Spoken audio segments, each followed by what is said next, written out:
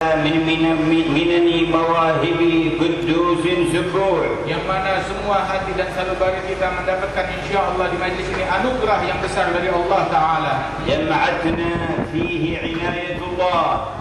Yang mana perkumpulan kita ini adalah bimbingan dari Allah Taala. وحضرنا فيه بتوفيق الله. Sehingga dengan taufik dari Allah kita dapat hadir di sini. مؤمنين بإلهنا تعالى في علاه. Dalam keadaan beriman kepada Allah yang Maha Esa. وأنه لا ملجأ منه إلا إليه ولا ولي لنا سواه. Dan sesungguhnya tidak ada tempat memohon perlindungan melainkan hanya kepada Allah Subhanahu wa taala. لبينا دعوة نبيه ومصطفاه. Kita hadir di sini menjawab jemputan dari Nabi Muhammad kekasih Allah.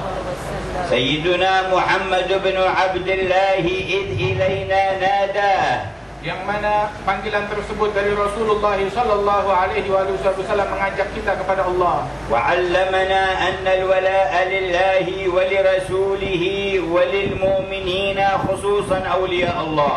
Yang mana beliau mengajarkan kepada kita pembelaan dan juga kecintaan kepada Allah, kepada Rasul dan juga kepada kaum mukminin, terutama para wali-walinya Allah. وفي هذه المجامع كم من قلب ميت يرجع منها وهو حي بحياة الله. Dan di dalam perkumpulan ini berapa banyak dihadiri oleh manusia-manusia yang hatinya mati, ketika dia bangkit dari majlis ini hatinya telah hidup dengan cahaya Allah. كم فؤاد مظلم يحضر فينصرف مملوءا بنور الله. Berapa banyak hati yang hadir di sini dalam keadaan kosong, hampa dari kebaikan, dia kembali pulang ke rumahnya dalam keadaan telah dipenuhi dengan karunia Allah. فيتصل بسر ما قال الله أو من كان ميتا فأحيينا.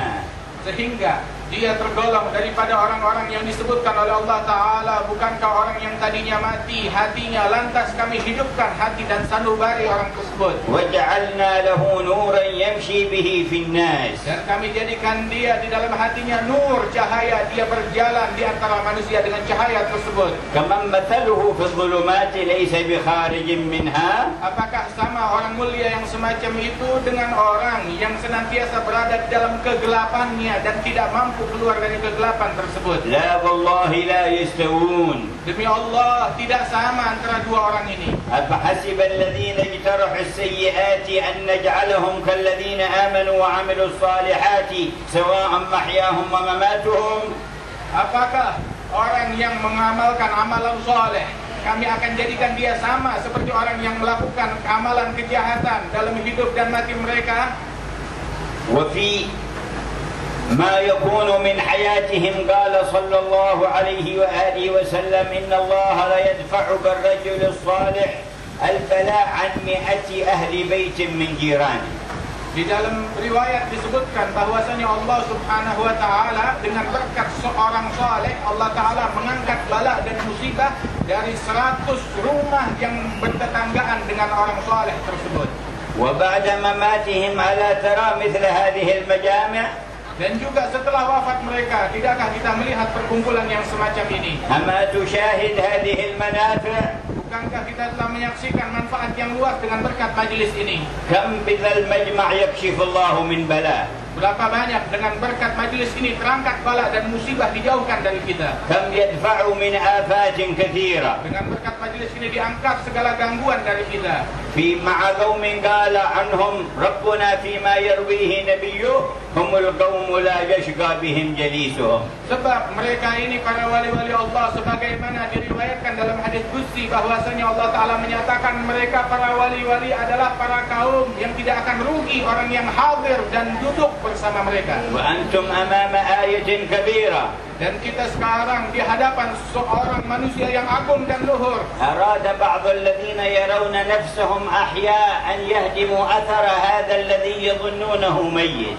Sehingga sebagian orang menyangka dia akan menghancurkan daripada tempat yang dia sangka ini mati penghuninya. فأراهم الله تعالى أن الحي عنده من كان وليا له.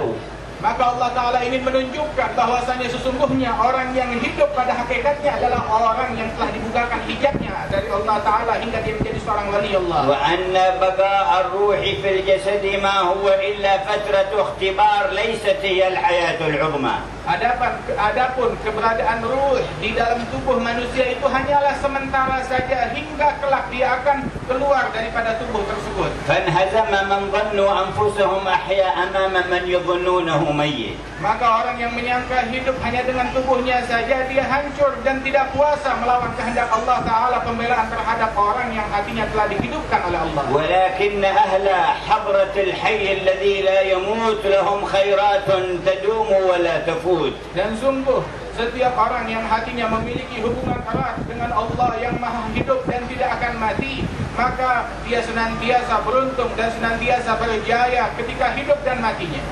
اجعل برب العرش عزك يستقر ويثبت.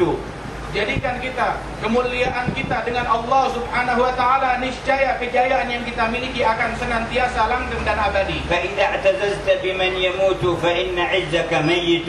Apabila engkau merasa mulia hanya dengan sesuatu yang fana dan akan mati, maka kemuliaanmu pun juga sementara dan pasti musnah dan mati. قال بعض العارفين ما أعزت العباد أنفسها بمثل طاعة الله. Sebagian kaum arifin mengatakan, para wali-wali mengatakan, tidaklah seseorang memuliakan dirinya dengan suatu kemuliaan sebagaimana dengan ketaatan kepada Allah Ta'ala. ولا أهانت أنفسها بمثل معصية الله. Dan seseorang tidak menghinakan dirinya sendiri dengan suatu kehinaan melebihi daripada kemaksiatan yang dia lakukan kepada Allah. والآية التي ذكرناها ومن كان ميتا فأحييناه نزلت في سيدنا عمر بن الخطاب وحمزة بن عبد المطلب. Dan sesungguhnya ayat yang barusan dibacakan tadi, sesungguhnya orang yang tadinya mati lantas kami hidupkan, kami berikan cahaya dalam hatinya, itu Allah Ta'ala turunkan, diisyaratkan di sini adalah tentang dua sahabat Rasulullah, Sayyidina Umar bin Al-Khattab dan Hamzah bin Abdul Muttalib. فهم مثلان للحياة الحقيقية الدائمة الأبدية.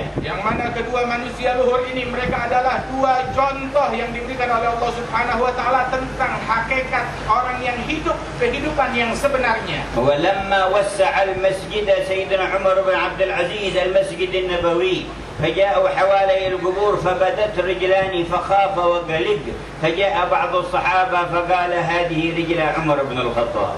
Ketika di masa kekhalifahan Sayyidina Umar bin Abdul Aziz, saat beliau memperluas dan merenovasi Masjidin Nabawi, maka didapati ada kaki yang nampak dari kuburan. Ketika yang kuburan itu digali, ada kaki yang nampak sedikit, nampak. Ditanya, ini kakinya siapa? Ini adalah kakinya Umar bin Al-Khattab. وفي زمننا هذا وقرننا هذا ذكر الشيخ محمود الصواف عليه رحمة الله أنه لما حصلت بعض الحفريات عند قبر السيد حمزة بدا حمزة كأنه يوم مات بعد 1400 سنة. Dan juga disebutkan oleh salah seorang ulama besar, Syekh Mahmud As-Sawwaf, bahwasanya beliau mengatakan ketika seseorang menggali kuburan dekat daripada Sayyidina Hamzah, maka runtuh daripada kuburan tersebut nampak jasad dari Sayyidina Hamzah yang belum lama ini terjadi, nampak jasad itu masih utuh, tidak berubah sama sekali, bagaikan baru saja dimakamkan. وكل هذا الذي يظهر في الدنيا شيء يسير وما أخفي لهم أكبر من عند الكبير. Dan sungguh apa yang kita saksikan, yang kita dengar di dunia ini kecil dibandingkan apa yang disiapkan oleh Allah Subhanahu wa Ta'ala bagi mereka. وإذا كان الله حمى مقام الحبيب نوح أن تلعب به الآلات وأن تلعب به الأيادي الأرضية أترونه يضيع من دخل في حماه يوم القضية؟ Apabila kita mengetahui bahwasanya Allah Ta'ala menjaga daripada Habib Nuh dan makam beliau ini sehingga tidak dapat diganggu dengan alat-alat yang ingin meruntuhkannya, maka bagaimana pendapatmu kelak esok di hari kiamat orang yang masuk di dalam lingkungan